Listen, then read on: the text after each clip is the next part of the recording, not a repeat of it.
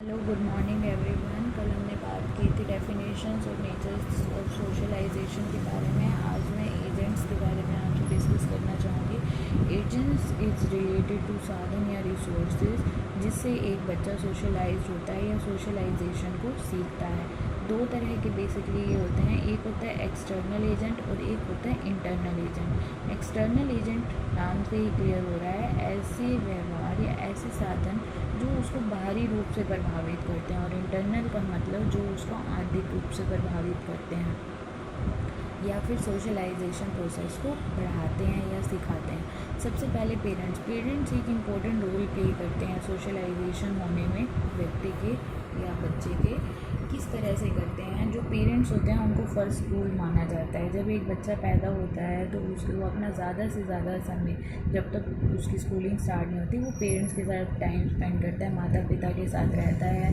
उनके साथ इंटरेक्शन करता है, उनके साथ अच्छी और बुरी बातों को सीखता है।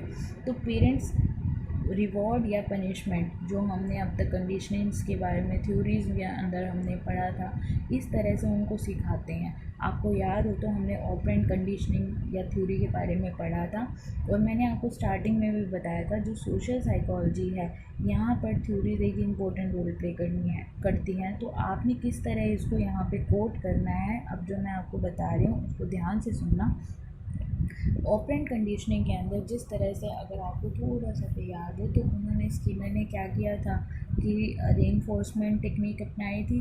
तो सेम इसी तरह से जो पेरेंट्स हैं वो ऑपरेंट कंडीशनिंग को फॉलो करते हैं। अगर बच्चे को उन्होंने अच्छा बिहेवियर सिखाना है कि समाज में किस तरह रूल्स और रेगुलेशन को माना जाता है, कौन सा है जो डिज़ायरेबल बिहेवियर सोसाइटी के द्वारा एक्सेप्ट किया जाता है, उसको वो लोग रिवॉर्ड देते हैं। ऑन द अदर थिंग, जो सोसाइटी में अनडिज़ायरेबल बिहेवियर है, अगर वो बच्चा करता है तो उसको उसके लिए पनिशमेंट दी जाती है। तो इस तरह जो पेरेंट्स हैं उसको इस चीज़ों के बारे में सिखाते हैं। नेक्स्ट जो है आपका, that is point educational institution या स्कूल्स।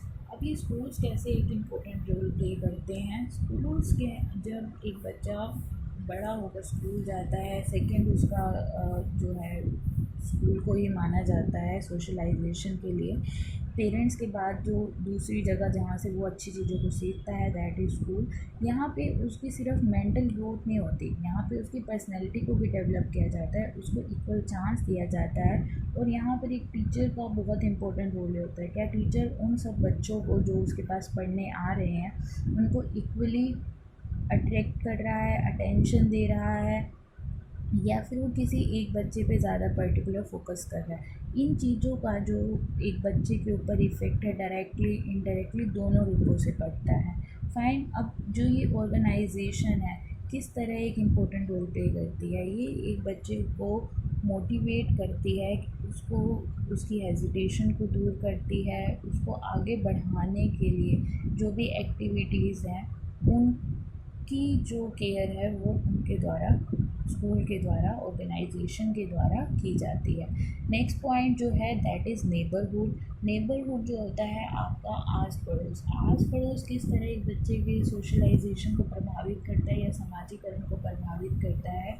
भाई, अगर आपके आस पड़ोस में अगर बच्चे कहते हैं कि बच्चा जो है वो दूसरों को की नकल करके बहुत जल्दी सीखता है। आपने कई बार बच्चों को देखा भी होगा, वो घर पर अपने टीचर का रोल प्ले करते हैं, मम्मी का रोल प्ले करते हैं। तो इसी तरह से जो वो अपने आस पड़ोस में चीज़ों को देख रहे हैं, अगर उनके आस पास का माहौल अच्छा नहीं है, वातावरण अच्छा नहीं है, तो कहीं ना कहीं उनकी जो पर्सनैलिटी है वो डिस्टोर्टेड होती है, वो उन चीज़ों को उतने अच्छे से डेवलप नहीं कर पाता जितने अच्छे से वो हो सकती हैं। नेक्स्ट है सोशो इकोनॉमिक स्टेटस। किस तरह बच्चे का जो सोशो इकोनॉमिक स्टेटस है, देखिए socio economic status is related to your आर्थिक ज़रूरत, आर्थिक स्तर।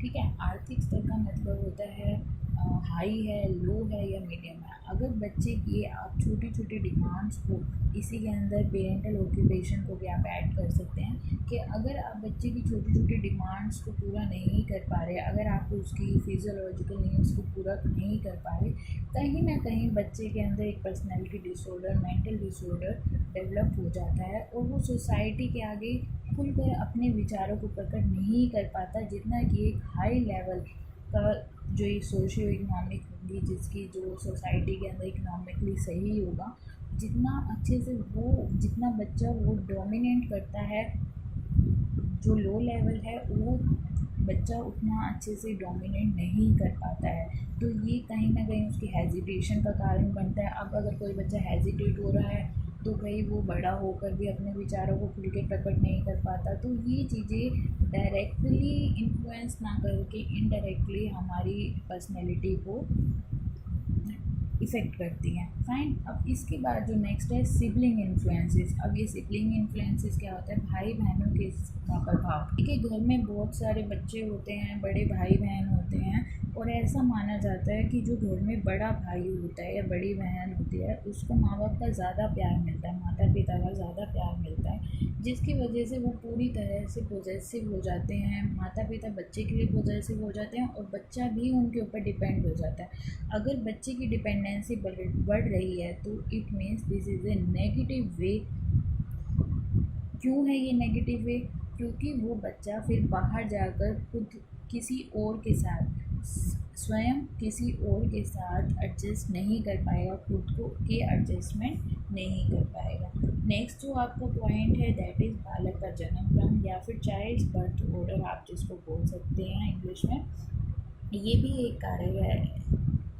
इसके अंदर इन्होंने जन्म क्रम की बात की। जन्म क्रम का मतलब है कि आप फर्स्ट नंबर पे हैं, सेकंड नंबर पे हैं घर पे, या थर्ड नंबर पे हैं। बच्चों के अंदर फर्स्ट रैंक है, सेकंड है या थर्ड है। इसमें इन्होंने ये बताया है कि जो परिवार का सबसे बड़ा बच्चा होता है वो बहुत ही मेहनत करता है, बहुत परिश्रम करने वाला होता है। छोटे बच्चे थोड़ा सा कम करते हैं जो सेकंड और थर्ड नंबर पे होते हैं। और जो भी फैमिली के अंदर चीज़ें हैं, बड़ा बच्चा उसको अपनी जिम्मेदारी समझता है, उसकी अपनी रिस्पॉन्सिबिलिटी को समझता है। लेकिन इसी के कंपैरिजन अगर वो इकलौता है, अगर सिंगल चाइल्ड है, तो नो डाउट वो बिगड़ता भी वैसे ही है। तो इस तरह से कहीं ना कहीं ये सोशलाइजेशन को इफ़ेक्ट करते हैं कि उसके अंदर वो कौन से गुण आएंगे।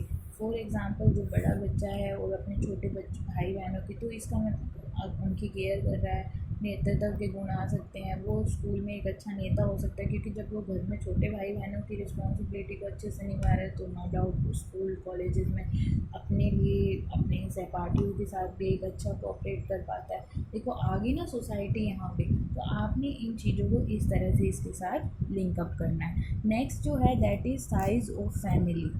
परिवार का जो आकार होता है वो बहुत ही इफ़ेक्ट करता है। कैसे इफ़ेक्ट करता है? आपके अकॉर्डिंग बड़ा परिवार अच्छा होता है या छोटा परिवार? देखो इस चीज़ को लेके हर किसी व्यक्ति की अपनी अपनी राय है कि छोटा परिवार अच्छा है, लेकिन एग्जैक्टली ऐसा माना जाता है कि अगर फैमिली बड़ी है, वहाँ पे चाचा चाची, अंकल आंटी, दादा दादी, नाना नानी सभी एक साथ मिल के रहते हैं, जो joint family you can say, वहाँ पे एक बच्चा जो है उसके अंदर सोसाइटी को लेके जो रूल्स रेगुलेशन है वो ज़्यादा डेवलप होते हैं। बड़ों के लिए जो रिस्पेक्ट है वो ज़्यादा डेवलप होती है। वो अपनी थॉट्स को सिर्फ एक पर्सन के साथ नहीं, किसी और के साथ भी शेयर कर सकता है। इसी के कंपैरिजन में जो छोटी फैमिलीज़ होती हैं, आपने देखा होगा कि आप जो सिंगल चाइल्ड, आजकल तो सिंगल चाइल्ड ही होता है, तो उसके अंदर जो पेरेंट्स हैं वो जॉब पे जाते हैं, वो किसी से बात नहीं कर पाता, अपनी उसके ज़्यादा फ्रेंड्स भी नहीं होते, आइसोलेट अपने आप को फील करता है। इसीलिए जो इंडिया के अंदर है वो सुसाइड के जो केसेस हैं वो बहुत ज़्यादा देखने को मिलते हैं, स्पेशली जो एडोलसेंस एज होती है। क्यों? क्योंकि वहाँ पर वो बच्चे अपनी बात को किसी के सामने भी प्रेजेंट नहीं कर पा रहे, अपने थॉट्स को, अपने आइडियाज़ को किसी के साथ कन्वे नहीं कर पा रहे। राइट। अब इसके बाद जो नेक्स्ट पॉइंट है दैट इज़, इसके अंदर क्या होता है कि प्ले ग्रुप के अंदर क्या होता है कि वो जो बच्चा है वो अपनी ग्रुप के साथ ही रहना, अपनी सेम एज के ग्रुप के साथ रहना पसंद करता है। आपने ये देखा भी होगा कि स्टार्टिंग के अंदर वो बच्चा जो है पेरेंट्स की परमिशन भी लेता है कि मैं जाऊँ खेलने, क्या मुझे खेलने जाना चाहिए, ये वो। लेकिन जैसे जैसे वो स्कूल के अंदर एंट्री करता है उसका जो ध्यान है वो अपनी फ्रेंड सर्कल की साइड आ जाता है, उनकी बातों को। क्यों? क्योंकि वहाँ पे वो अपनी पर्सनैलिटी को डेवलप करना सीखता है। जहाँ पर उसकी प्रशंसा की जाती है, वहाँ पे अगर वो कुछ अच्छा शो करता है, अगर क्रिकेट में अच्छा है, कोई गेम में अच्छा है, वहाँ पे उसको एप्रिसिएशन मिलता है और वो अपनी एप्रिसिएशन के लिए वहाँ बार बार जाना चाहता है और वो कोशिश करता है कि जिस चीज़ के लिए उसको एप्रिशिएट किया जा रहा है वो चीज़ बार बार वो करे और भी अच्छे तरीके से करे। तो इस तरह वो सोशलाइजेशन डायरेक्टली इनडायरेक्टली इफ़ेक्ट हो रहा होता है और वो और ज़्यादा सोसाइटी में खुद को इन्वॉल्व करके अपनी पर्सनैलिटी को डेवलप करता है। नेक्स्ट आता है रिलेशन ऑफ पेरेंट्स। ये बहुत ही इम्पोर्टेंट है कि एक बच्चे के पेरेंट्स के साथ रिलेशंस कैसे हैं। सामाजिक करण की जो ये प्रक्रिया है इस बात पर निर्भर करती है कि जो माता पिता के आपसी संबंध बच्चे के साथ नेक्स्ट पॉइंट में है, आपसी संबंध कैसे हैं। अगर पेरेंट्स का आपस में अच्छा है तो वो अच्छे से बात करते हैं, एक दूसरे की रिस्पेक्ट करते हैं। अभी मैंने आपको पहले भी बताया था कि जो बच्चे होते हैं वो कॉपी बेस्ड होते हैं, ठीक है। वो जैसा आप उनके आगे बिहेवियर करोगे वो भी आपके आगे वैसा ही बिहेव करते हैं। तो अगर वो एक दूसरे की रिस्पेक्ट करते हैं, उसकी नीड्स को मिलकर पूरा करते हैं, तो कहीं ना कहीं वो चीज़ें उसको भी इफ़ेक्ट करते हैं और उसके अंदर वैसी ही पर्सनैलिटी डेवलप होती है कि मिलकर रहना चाहिए, आपस में एक दूसरे की बात माननी चाहिए, दूसरों की रिस्पेक्ट करनी चाहिए। फाइन। नेक्स्ट है relations of parents with children. अब आपस में तो संबंध अच्छे हैं, लेकिन क्या उस बच्चे के संबंध माँ बाप के साथ अच्छे हैं। देखिए कई ये जो है ये जॉइंट फैमिली में भी हो सकता है, या फिर जिनके घर में ज़्यादा बच्चे होते हैं, 3 या 4 होते हैं, या फिर एक होता है, वहाँ पे भी प्रॉब्लम क्रिएट हो सकती है। एग्जांपल बताते हैं मैं आपको। अगर घर में 3 या 4 बच्चे हैं, सभी को इक्वली अटेंशन नहीं मिल पाता, तो इससे भेदभाव या मनमुटाव पैदा होता है। सेम उसी तरह से अगर सिंगल चाइल्ड है, उसको ज़रूरत से ज़्यादा लाड प्यार मिल जाता है, तो वहाँ पर भी क्या होगा, वो बच्चा बिगड़ जाएगा, अपनी जो है अपनी इच्छाओं को ज़्यादा बढ़ाएगा। उसको ये लगेगा कि नहीं मेरी तो हर बात मानी जाती है, और इस चीज़ को लेके वो ज़्यादा डोमिनेंट होगा अपने पेरेंट्स के ऊपर। तो ये दोनों ही तरह का जो है वो गलत बिहेवियर को सीख रहा है, गलत तरीके से सोशलाइज्ड हो रहा है।